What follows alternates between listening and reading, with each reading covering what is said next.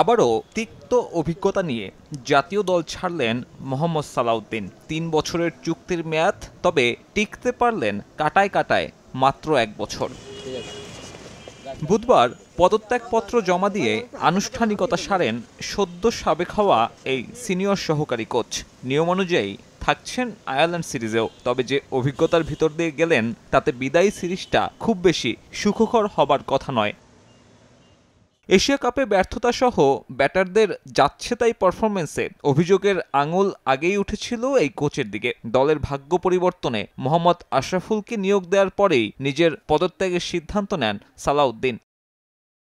তবে যাবার আগে সঙ্গী করলেন বহু বিতর্ককে। এমনিতেই তার অধীনে ব্যর্থতার ১৬ কলা পূরণ করেছে বাংলাদেশ। বিশেষ করে ওয়ানডে ব্যাটিংয়ের চূড়ান্ত অধপতন দেখে টিম টাইগার। সাথে যোগ হবে ড্রেসিং রুম বিতর্ক। নিজের পছন্দের ক্রিকেটারদের বাড়তি সুবিধা দেওয়ার অভিযোগ আছে সিনিয়র সহকারী কোচের বিরুদ্ধে, যার মধ্যে অন্যতম এশিয়া কাপে নুরুল হাসান সোহানকে উইকেট কিপিংয়ের দায়িত্ব না দেয়া। টানা অফ ফর্মের পরেও জাকির আলীকে সুযোগ দিয়ে যান সালাউদ্দিন। সবশেষ উইন্ডিজ সিরিজে সুপার ওভার কাণ্ডেও দায়ী তিনি। গুঞ্জন আছে নামে সহকারী হলেও ড্রেসিং রুমে নিজের আধিপত্য বেশ বিস্তার করেন ঘরোয়ার অন্যতম সফল এই কোচ।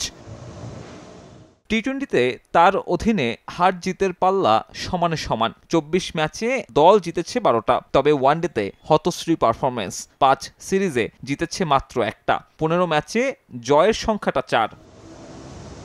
তাতে সালাউদ্দিনকে ঘিরে সমালোচনার পাহাড় জমে গণমাধ্যম কিংবা সামাজিক মাধ্যম জুড়ে। দায়িত্ব ছাড়ার চূড়ান্ত সিদ্ধান্তটা আসে আশরাফুলের নিয়োগের পরেই। কোচিং স্টাফে তার জুনিয়র কারো নিয়োগ স্বাভাবিকভাবেই নিতে পারলেন না তিনি। এই ১ বছরে খেলোয়াড় ছাড়াও ক্রিকেট অপারেশনস চেয়ারম্যানের সঙ্গে সম্পর্কে শীতলতা ছিল সিনিয়র সহকারী কোচের। দলের পারফরমেন্স নিয়ে জবাবদিহিতা না থাকায় টিম ডিরেক্টরও নিয়োগ দিয়েছে ক্রিকেট বোর্ড।